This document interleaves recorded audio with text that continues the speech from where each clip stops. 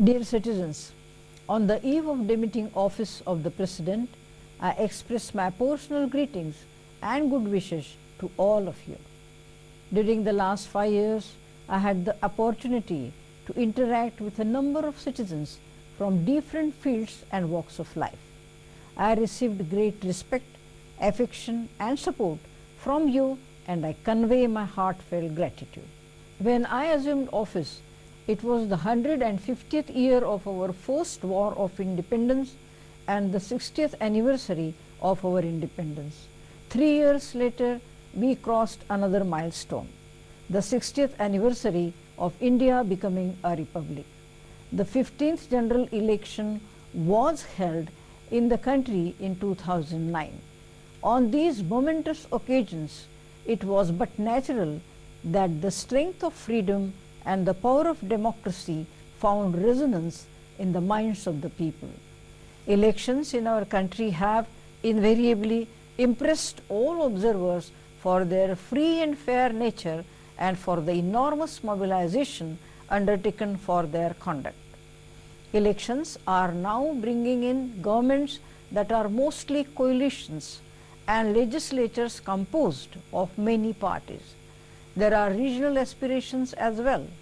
Expectations are rising and the people are seeking quicker responses to their problems.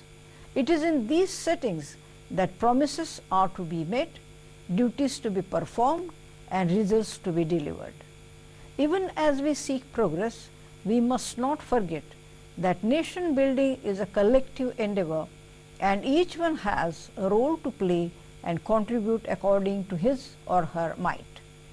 Each one will have to work hard, maintain harmony and be disciplined for the growth of the nation and the well-being of the society. It is a matter of deep distress that even today social evils that stagnate the growth of our country in so many ways continue to exist. Dowry and child marriage, the practice of female feticide and female infanticide, which are causing a lopsided gender ratio. Instances of violence against women are very disturbing. These are totally unacceptable and must be opposed by one and all. Improved farming and development of rural areas, I believe, is of great importance to national growth.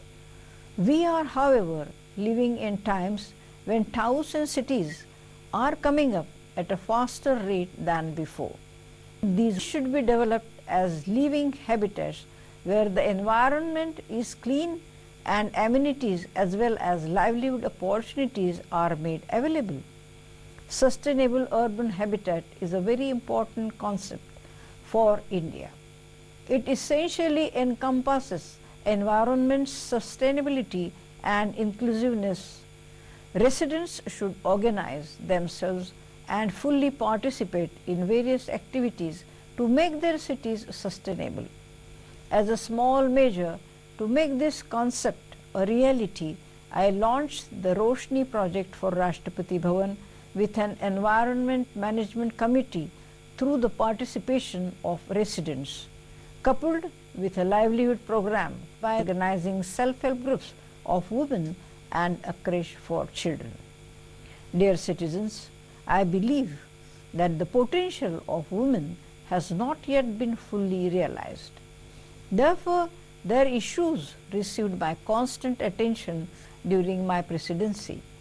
Women have talent and intelligence, but due to social constraint and prejudices, it is still a long distance away from the goal of gender equality. I observe that though government has many programs and schemes for women, at the implementation level, there was a lack of push, convergence and coordination. I hope the efforts of the National Mission for Empowerment of Women set up 2 years ago with the aim of achieving gender equality and justice as well as holistic development of women through coordination among stakeholders will bear fruit. I also feel that women contribute to building a more decent and compassionate society as the feeling of caring and nurturing is inherent in their nature. For a nation, its value system is its anchor. India has a long tradition of tolerance and harmony because of the very nature of its society, which is multicultural, multilingual, multi-religious and multi-ethnic. The message of love, sympathy and tolerance intrinsic to all religions and propagated by their respective saints has had a bearing on the ethos of the country. It has taught us to strive for a higher purpose. Gurudev Tagore spoke of how the future was waiting for those who are rich in moral ideas and not in mere things. I hope that in line with these words of Gurudev, India will continue to strive to be a country that upholds civilizational values and the high ideals of our founding fathers, even as we prosper and grow. It is this that will define India as a unique country on the world platform. India is also an example of how economic growth can be achieved within a democratic framework. I believe economic growth should translate into the happiness and progress of all. Along with it, there should be development of art and culture, literature and education, science and technology.